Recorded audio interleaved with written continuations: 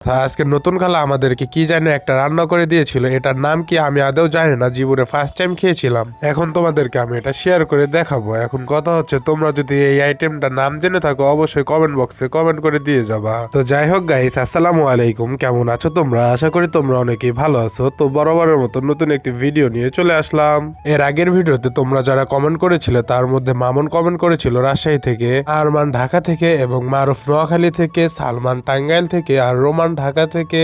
এদের পাশাপাশি আরো তোমরা অনেকে কমেন্ট করছিলে, সবাইকে তো একসাথে রিপ্লাই দেওয়া সম্ভব নয় ভাইয়া। তোমরা এই ভিডিওতে কমেন্ট করো, আমি নেক্সট ভিডিওতে রিপ্লাই দেবো ইনশাল্লাহ।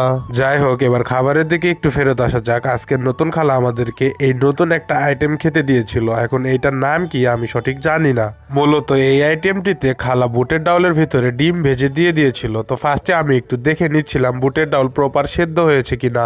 তার কারণ হচ্ছে বুটের ডাউল যদি সেদ্ধ না হয় তাহলে খেতে ভালো লাগবে না। এখানে শুধু বুটের ডাউল দিয়ে আমি এক লোকমা খেয়ে দেখলাম, আলহামদুলিল্লাহ। খাবারের আইটেমের নাম না জানলেও খেতে কিন্তু খুব একটা খারাপ ছিল না। আর হ্যাঁ, তোমরা যদি এই আইটেমটার নাম জেনে থাকো অবশ্যই কমেন্ট বক্সে কমেন্ট করে দিয়ে যাবা।